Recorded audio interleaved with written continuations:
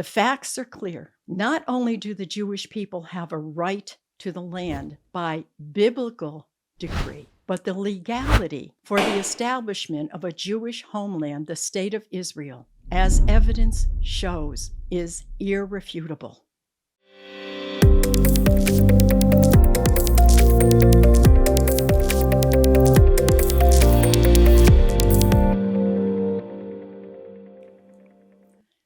Welcome to Israel Unveiled. I'm so glad you could join with me today. Over the years, I've interacted with people who believe that the Jewish people stole the land from the Arabs and have no legitimate right to a Jewish state.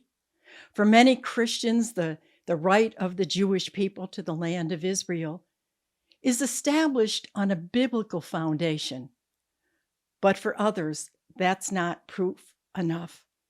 Particularly in the last decades, media outlets, governments, and international organizations throughout the world increasingly charge that Israel has no legal right to the land. There's a real need for people to be informed of the legitimacy of the Jewish state. Though the legality of a Jewish homeland was established by international law over 100 years ago, there's a false claim that Israel illegally confiscated and occupied Arab lands, that Israel is an aggressor, and the Palestinian people the tragic victims. These indictments challenge the very legitimacy of the State of Israel. So today, I want to present facts so that you, the listener, can decide. In 70 AD, it marked the end of a Jewish rebellion. The Romans destroyed the beautiful temple, laid waste the land, and killed over 1 million Jews. While the land would never be void of Jews, their numbers were certainly minute at times. But from that time of conquest to the present, the land actually changed hands more than 10 times. So what was the land like for the last 250 years?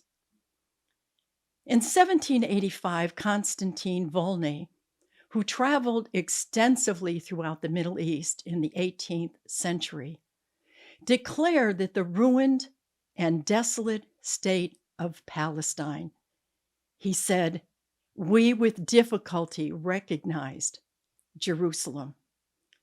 In 1881, Arthur Stanley, who mapped the region, wrote this: in Judea, it is hardly an exaggeration to say that for miles and miles there was no appearance of life or habitation.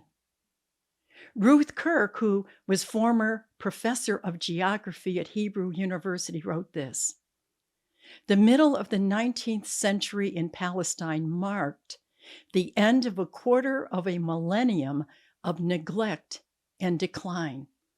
Around 1800, Palestine was a backward province of the Ottoman Empire, largely rural and sparsely populated. Both rural and urban economies were traditional and poor. From about 1850, a process of change began, which led, she said, to a resurgence and a development of the country. So what was that change? Jewish immigration to Palestine began in earnest in response to the increased persecution of the Jews of Russia under the oppressive rule of the czars. And as they came in larger and larger numbers to purchase and farm the land and bring prosperity, so too did Arabs.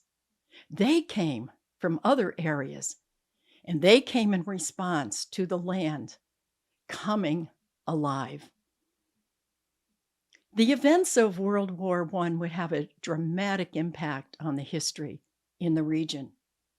As World War I, and that was from 1914 to 1918, as it reached its midpoint, the collapse of the vast Ottoman Turks' 400-year rule became a certainty. So in May of 1916, secret meetings between the Allied powers took place to divide the 2 million square miles of conquered land that was part of the Ottoman Empire at that time. British Prime Minister David Lloyd George, Foreign Minister Arthur Balfour, and many key leaders in the British government understood the 3,500-year historical claim of the Jews to the land. So with the breakup of the Ottoman Empire a certainty, in 1917, British Foreign Secretary Balfour authored the Balfour Declaration, which read, "His Majesty's government view with favor the establishment in Palestine of a national home for the Jewish people." This document was a historic shift that made restoration of the Jews to that ancient homeland that was theirs more than a dream. So the war ended in November of 1918. And during the 1919 Paris Peace Conference, Emir Faisal, son of Sharif Hussein, the leader of the Arab revolt against the Ottoman Turks, signed an agreement with Zionist leader Chaim Weizmann, recognizing and affirming a Jewish state. Faisal was also hoping to gain independence for the Arabs. And it read in part, "Mindful of the racial kinship and ancient bonds existing between the Arabs and the Jewish people, and realizing that the surest means of working out the consummation of their national aspirations is through the closest possible collaboration in the development of Arab states and Palestine." In referencing the fulfillment of the Balfour Declaration, it called for all measures, and I'm quoting, "to encourage and stimulate immigration of Jews into Palestine on a large scale and as quickly as possible to settle Jewish immigrants upon the land through closer settlement and intensive cultivation of the soil." Although the agreement had no legal significance, it did illustrate that Arabs affirmed the Jewish right to the land and the willingness to share the land. Following the end of World War I, a series of historic meetings took place at the Paris Peace Conference of 1919. And in January in 1920, the League of Nations was formed. That same year, in San Remo, Italy, a resolution was written and it was passed in April by the Supreme Council of that body. One of the most significant outcomes of that resolution is that it placed oversight of Palestine to the British and charged them with a responsibility to see that the Balfour Declaration was carried out. France was given the areas which would become Lebanon and Syria, and Iraq to Great Britain. However, by the next year, 1921, the ruling government in Great Britain was changing. The commitment to the Jewish people was waning.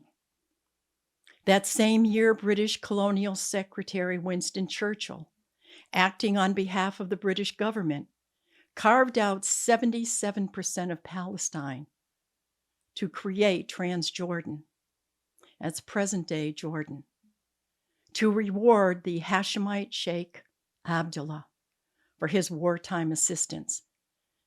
This then removed the land east of the Jordan River and drastically reduce the size of the land that was promised for the future Jewish state.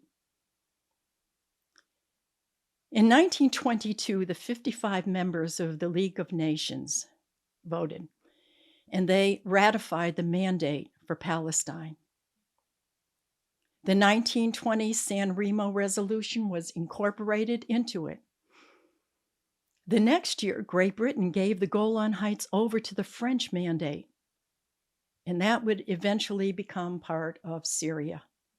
Eventually, 4 other nations gained full independence in the region: Iraq in 1932, Lebanon in 1943, Syria in 1946, and Jordan in 1946 as well. The world would celebrate and they would recognize these new nations. Yet the Jewish state for which the land was promised by the League of Nations in 1922 would not be birthed for 2 decades, and that under costly circumstances. All of these actions by the League of Nations predated the 1947 UN Resolution 181 that called for Palestine to be partitioned into 2 states, one Jewish and one Arab. The state of Israel would comprise less than 1% of the original land mass that was promised. Now, no one has ever questioned the legality of those new Arab nations. Yet many continue to contest the legality of the Jewish state. Jews from around the world continue to migrate to Palestine, buying land from absentee Arab landowners. They were preparing for their future state. Through the years, Arabs began to resist, terrorizing the Jewish settlements. In 1929 and again in 1936, violent riots broke out.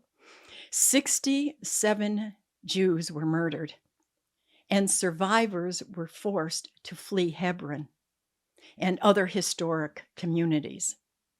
Additionally, Arabs now held great influence over the policies that were enacted by Great Britain at the expense of the Jewish people.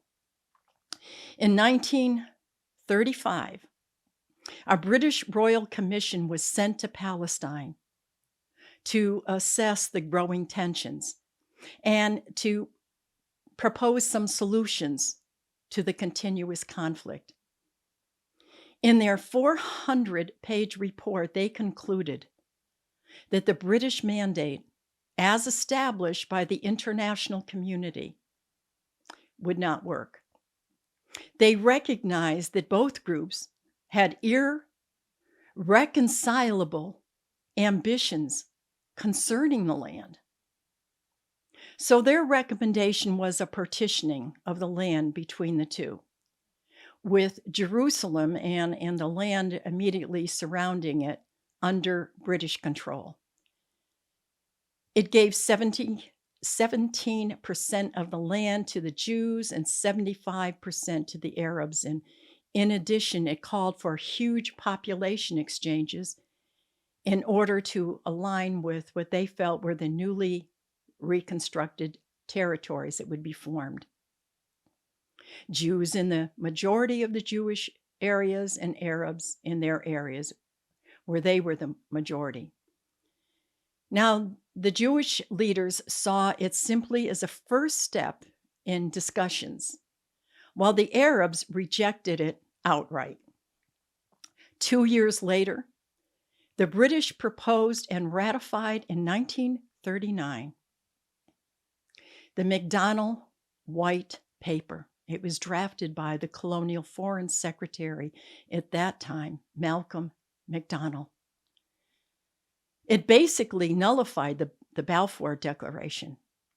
It stated that Jewish immigration would be limited to 15,000 per year over the next 5 years. That's 75,000 allowed in when multitudes were desperate to flee Nazi Germany and the European countries that they that fell under Nazi control. Furthermore, after 5 years, any further immigration of Jews would be determined by the Arab majority.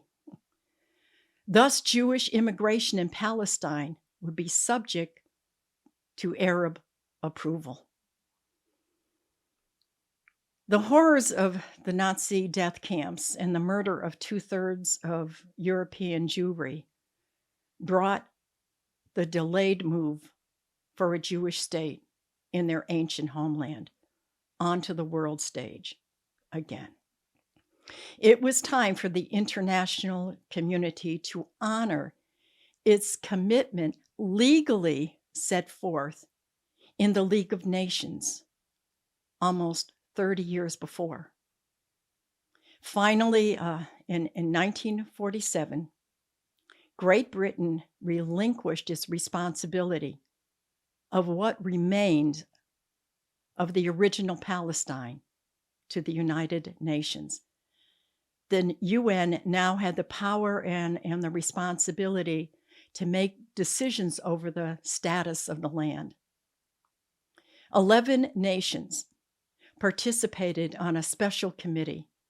It was called the United Nations Special Committee on Palestine, or UNSCOP, as it's often referred to. It was to investigate and make recommendations about the future of Palestine. They recommended that Palestine should be partitioned into an Arab state and a Jewish state with Jerusalem under international supervision. It was accepted by the UN General Assembly. And on November 29th, 1947, the Resolution 181 was ratified by a vote of 33 to 13. The Jewish state was to be born. The Arabs responded by refusing the partition and their own state. Violent attacks against the Jews increased. And on May 14th, 1948, Israel proclaimed its independence. The British military moved out, and the Jews had one day of celebration. War broke out on the very next day as 5 Arab nations attacked the fledgling state of Israel. Israel repulsed the attacks, resulting in the loss of 1% of the Jewish population. The facts are clear. Not only do the Jewish people have a right to the land by biblical decree, but the legality for the establishment of a Jewish homeland, the State of Israel, as evidence shows, is irrefutable. At the Palace of Westminster in London, the European Coalition for Israel concluded by releasing a press statement on July 8th of 2011. And I'm quoting, "The Balfour Declaration, issued by the British government in 1917, in which the Jewish people were promised a national homeland, did not qualify as international law. However, the San Remo Resolution of 1920, which incorporated the Balfour Declaration, made the pledge binding under international law. The San Remo Declaration, together with Article 22 of the Covenant of the League of Nations and Article 80 in the Charter of the United Nations, are still applicable today." You know, it is so important to know facts, especially when it involves Israel and the Middle East. I hope you found this podcast helpful in bringing some clarity. And if you have found it hopeful, I hope that you'll click like and share. And to see more podcasts about Israel, and the land, and the people, would you click subscribe? Be blessed and shalom.